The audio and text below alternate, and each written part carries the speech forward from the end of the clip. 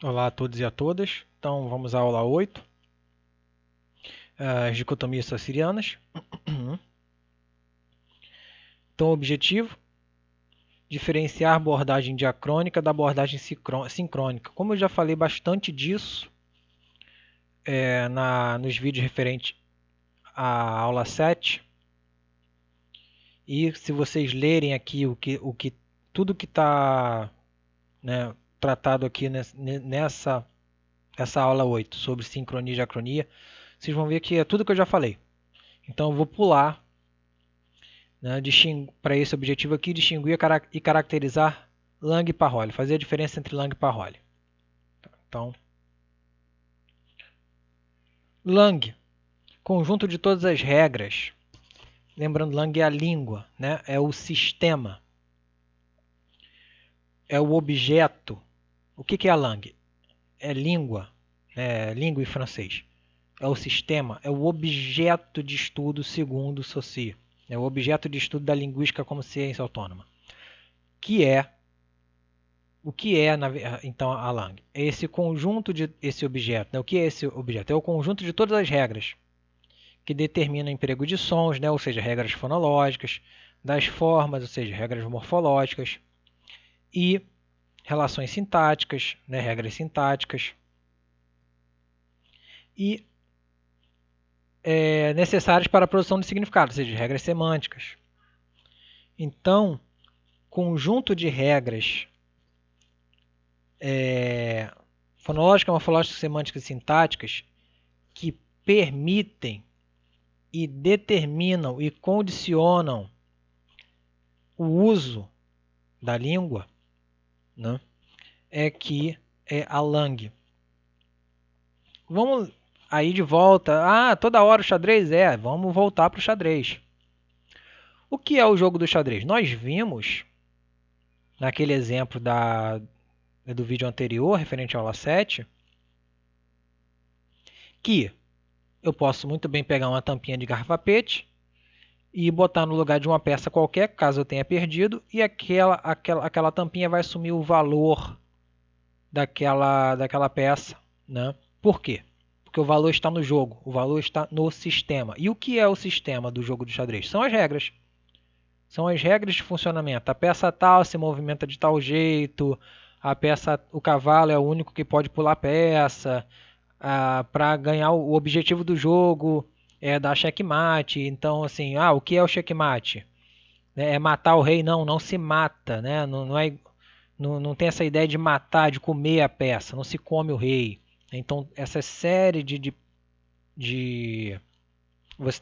regras, né? Você tem que saber o que é o checkmate, né? Que é diferente do cheque. Cheque é uma coisa, o checkmate é outra. Então, todo esse conjunto de regras que é o xadrez. Isso sim é o xadrez, né? Para muito mais da sua realidade física e concreta. Né? O xadrez é muito mais dessa realidade abstrata, esse conjunto de regras, do que mesmo a sua realidade física e concreta em forma de tabuleiro e em forma de peças, cada uma com o seu formato específico. Né? A língua seria exatamente a mesma coisa. Para muito além dos signos em sua forma concreta, né? Digamos assim, a língua é esse conjunto de regras que permite o seu funcionamento. Vamos dar aqui, então vou falar aqui exemplos de algumas regras. Né? Por exemplo, regras fonológicas. Vamos ver primeiro regras de combinação. Por exemplo, existem os sons linguísticos, né? Já comentamos sobre isso em aula. Esses sons linguísticos são limitados, né, nas línguas. Não são sons infinitos, existe um número X de sons linguísticos.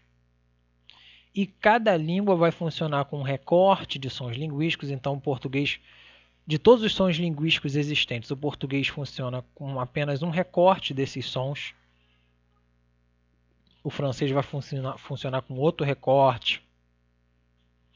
O tupi com outro recorte, o carajás com outro recorte, o alemão com outro recorte, o japonês com outro recorte, e por aí vai. É claro que, né, dentre esses vários recortes, existem sons que são comuns, né, tem som que existe, que tem no português, também vai ter no francês, que tem no português, também vai ter no japonês. Agora vai ter som que vai ter no português e não vai ter no japonês, vai ter som que vai ter no francês e não vai ter na língua portuguesa.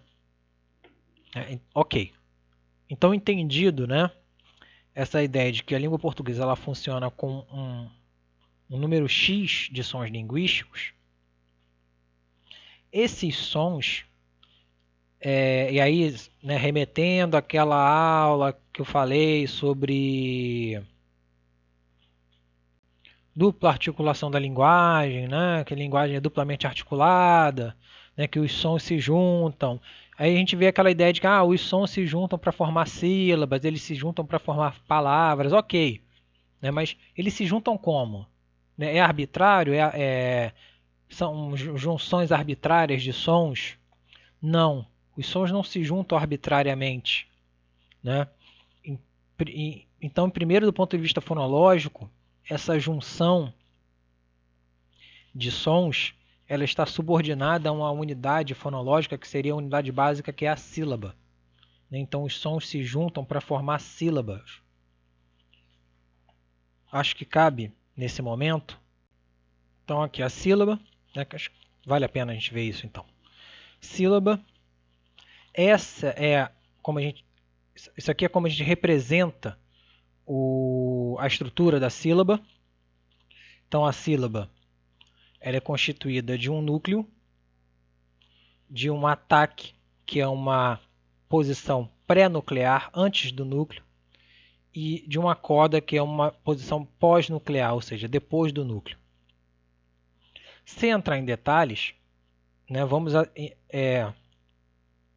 entender o que seriam essas regras, né, esse conjunto de regras. Então, conjunto de regras fonológicas, né, porque a sílaba é uma unidade fonológica. Conjunto de regras fonológicas para se formar uma sílaba. Uma primeira regra, por exemplo, em português, da língua portuguesa, é que nessa posição de núcleo só pode haver vogal. Nenhum outro tipo de som pode ocupar essa posição na sílaba. Então, apenas vogais ocupam a posição de núcleo silábico. Né? Então, por exemplo, a palavra água, né? Duas sílabas, água, eu tenho aqui uma sílaba, e essa sílaba, então, ela é composta apenas de quê? De núcleo. Né? Já que ela é composta de apenas uma vogal, então ela é composta apenas de núcleo. Aqui, casa, né? Essa sílaba aqui da palavra casa. Tem dois sons aqui.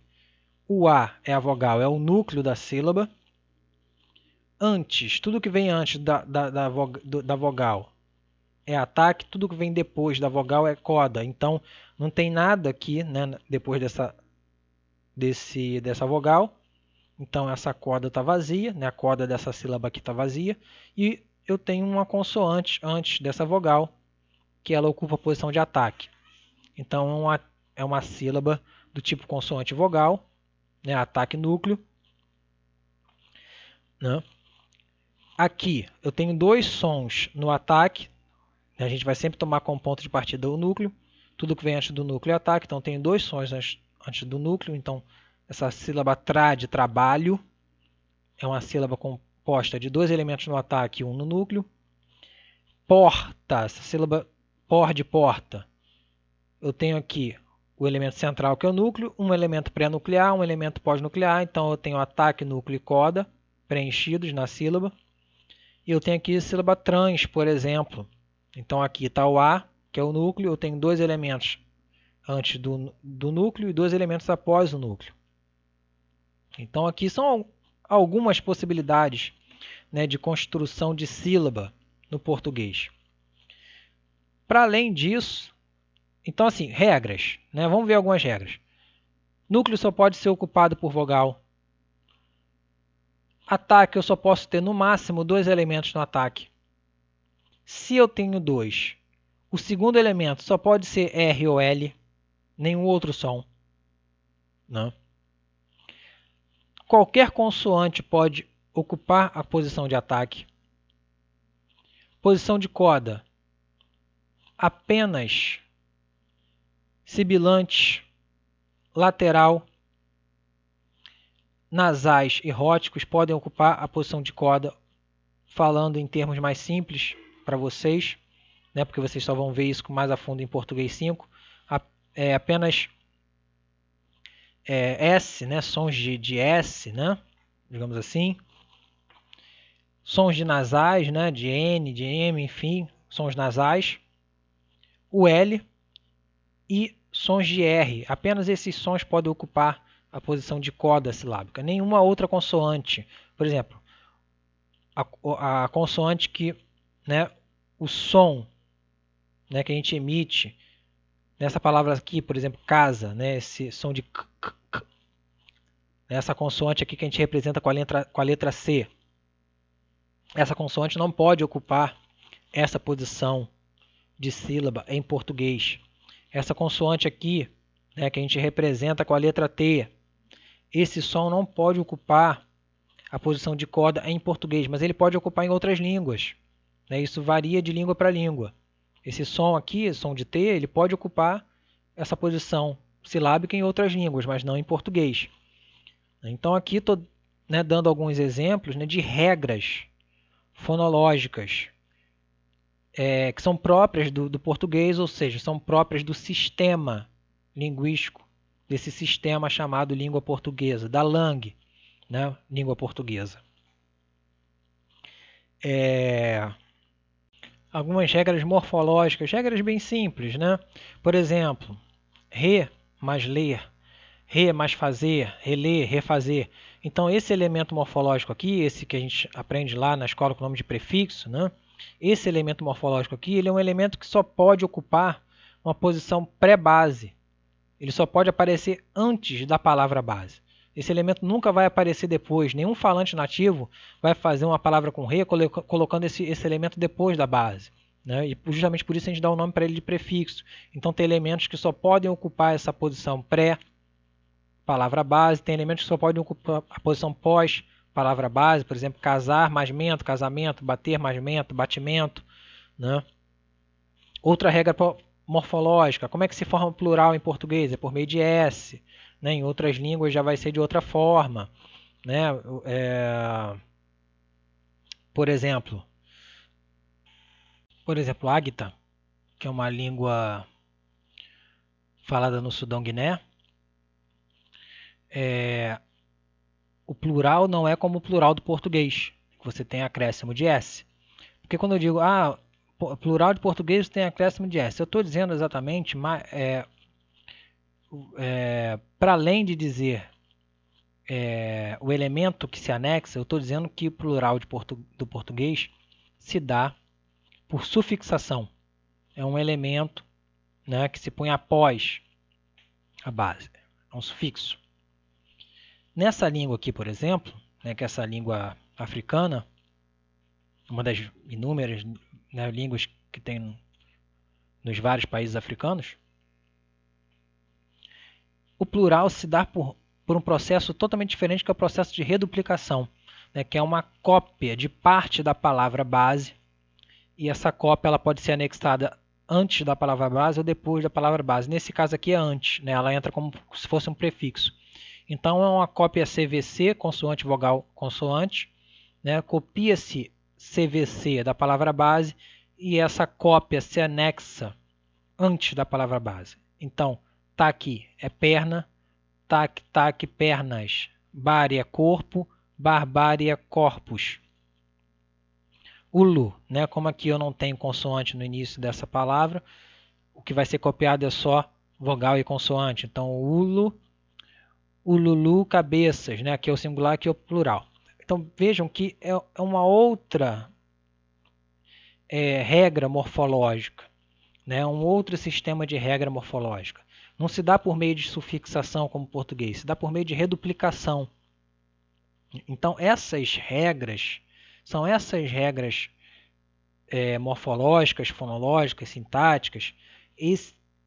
Esse conjunto de regras, né, todas elas, que constituem a LANG. Então, a LANG é isso. É o conjunto das regras, né, que determinam, condicionam o uso da língua. né? Porque, por exemplo, esse elemento aqui não poderia vir antes da palavra casa, por exemplo. Eu nem poderia botar aqui um outro elemento, porque aí eu não estaria indicando plural, estaria indicando outra coisa. Enfim, é isso. Tá? Então, a lang como sistema é o conjunto de todas as regras. Assim, voltando para o xadrez, né, como o xadrez como sistema é o conjunto de todas as regras do jogo. A língua constitui um sistema superindividual, ou seja, acima do indivíduo, né? Não é uma realidade individual, na medida em que ela é definida por um indivíduo, perdão, na medida em que ela não é, né, definida por um indivíduo, né, mas pelo grupo social ao qual esse indivíduo pertence. A língua é um conceito social. E qual a implicação disso? Na aula 7, né, falei no conceito, quando dei o conceito de construto, né, quando vimos aqui, construto designa em ciência um conceito teórico não observável diretamente. Exemplos de construto: personalidade, amor, medo. Tais conceitos são usados na linguagem comum, mas para se tornarem um construto científico necessitam de uma definição clara e de um embasamento empírico. Então, embora lang seja um construto, ou seja, um conceito teoricamente criado, definido, né, anteriormente ao seu próprio objeto, para ter uma validade, né, científica e minimamente respeitosa, precisa ter o que lá na definição fala que é o embasamento empírico. Então, qual é o embasamento empírico, né, para se afirmar que a língua é um conceito social, já que essa ideia de língua é um construto teórico, né? O embasamento empírico a gente percebe quando a gente vê, quando a gente se dá conta de que o indivíduo ele não tem domínio sobre a língua. Apenas a coletividade tem domínio sobre a língua. Por exemplo, quando surge uma nova palavra, eu como indivíduo, né, falante de português, eu não tenho o poder como indivíduo de criar uma palavra nova. Eu posso até inventar uma palavra nova, mas se ela vai entrar para o sistema da língua, isso só a comunidade vai determinar. Se a comunidade aceita, ou seja, se os demais indivíduos aceitam, ok. Né? Então, essa palavra ela passa a existir no vocabulário da língua portuguesa, ela passa a fazer parte, né, do sistema da língua. Se a sociedade ressacha, né, se ela não aceita, ela não vai entrar, não vai pegar. Né? Eu, como indivíduo, não tenho como efetuar mudanças linguísticas. As mudanças são sempre... as mudanças ocorrem porque a coletividade aceita. E toda uma comunidade, de certa forma, né, muda. Converge para a mesma mudança, entra em acordo. Agora, esse acordo, isso tem que ficar claro, esse acordo coletivo, ele é um acordo tácito, né? Não é um acordo do tipo reforma ortográfica, né? Que meia dúzia de pessoas vai lá, se reúne, tem acento, agora não tem mais acento, não tem mais trema, não é esse tipo de acordo, né? Não é um acordo deliberado e consciente. Os acordos sociais aos quais a língua está sujeita, né, subordinada, são acordos tácitos, são acordos implícitos. Eles são coletivos, mas a coletividade não tem consciência disso. Né? Eles acontecem apenas. Ok? E o que é a parole? A parole é fala. Né? Esse termo francês que significa fala. Aqui, ó, cada indivíduo escolhe aquilo que serve aos seus propósitos imediatos de comunicação. Essa parcela concreta, ou seja, a parole é concreta, né? A lang é abstrata. Né? A lang é uma abstração. Vamos de novo a questão do xadrez. As regras do xadrez são abstratas. Né? É só a gente pensar nisso. As peças são concretas, mas as regras são abstratas, né? São jogadas, né? Isso é abstrato. Essa parcela concreta individual da Lang, né, posta em ação, porque a Parole, né, só existe porque existe a Lang, porque a Parole está condicionada às regras da Lang, né, posta em ação por um falante, ou seja, ela é individual, ela não é, ao contrário da Lang, que é coletiva, a Parole é individual, posta em ação por um falante em cada uma de suas situações comunicativas concretas, né, chamou-se Parole. Então a Parole é isso, né? É a ação de um falante, né? São as escolhas que o falante faz para cumprir determinados propósitos comunicativos imediatos, né? Necessidade de comunicar alguma coisa, de falar alguma coisa, enfim. E aí, de acordo com a minha necessidade, eu vou escolher ali as palavras, as frases, aquilo que eu quero dizer, e quando eu coloco isso em uso, né, isso é a palavra, mas é a Parole. E isso, percebo, isso é individual, cada indivíduo faz o seu em um determinado momento, né? E isso é uma realidade concreta, não é uma realidade abstrata, como a Lang. Então, resumindo, nesse quadro aqui ele resume a diferença entre Lang e Parole. A Lang é coletiva e a Parole é individual. A Lang é social, a Parole é variável, né? Por ser social, ela é, segundo a teoria saussuriana, ela é homogênea, né? Porque ela é comum a todos os indivíduos, né? Essa realidade supraindividual comum a todos os indivíduos. Por ser individual, a Parole é variável. Ela varia de indivíduo para indivíduo.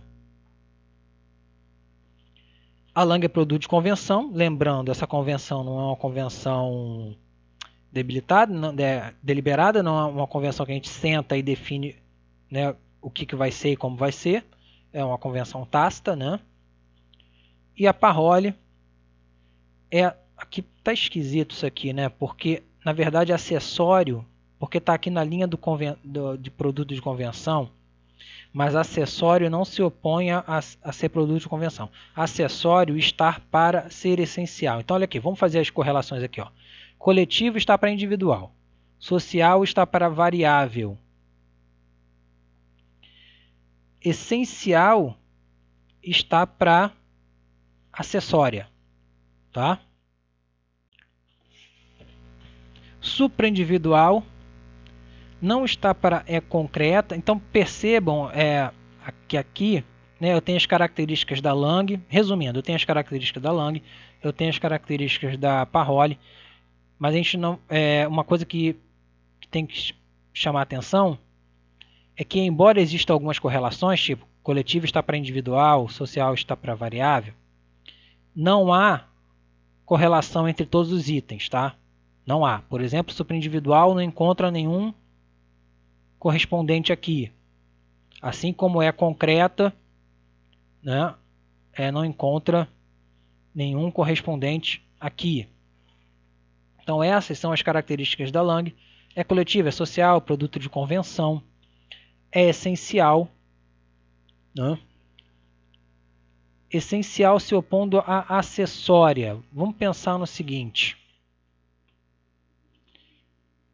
a fala depende da Lang, mas o inverso não é verdadeiro. A Lang não depende da fala. A Lang tem existência por si só. A Lang existe por si só. A fala só existe porque existe a Lang. Por isso, a Lang é essencial e a fala Parole é acessória. É nesse sentido que está colocando aqui essencial e acessório. Como já falei, né, superindividual é a mesma coisa, basicamente a mesma coisa que ser coletivo. Independe da vontade do indivíduo, né? Aquele exemplo que eu dei, o indivíduo não muda a língua, o indivíduo não cria uma palavra por si só e ele vai fazer aquela palavra entrar no léxico da língua, isso não existe, né? Mas a Parole, ao contrário, depende da vontade do indivíduo, as escolhas são minhas, né? Quando eu falo, eu faço as escolhas, né? Então isso aqui seria um box resumão, né? E acabou, né? Termino aqui a aula 8. E até o próximo vídeo.